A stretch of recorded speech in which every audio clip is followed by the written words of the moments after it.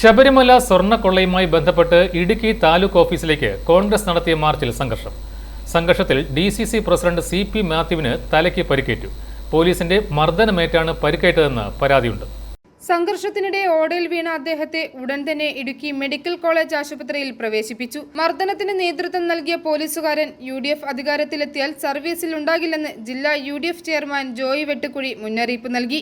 അതേസമയം കുറ്റക്കാരായ പോലീസ് ഉദ്യോഗസ്ഥർക്കെതിരെ നടപടി ആവശ്യപ്പെട്ട് കോൺഗ്രസ് പ്രവർത്തകർ ചെറുതോണിയിൽ സംസ്ഥാന പാത ഉപരോധിക്കുകയാണ്. സമരം ചെയ്തൊരു നേതാവിനെ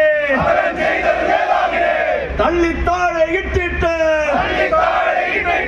ഹൃദയം വിടസാമെന്ന് ഇവിടാരും ധരിക്കണ്ട,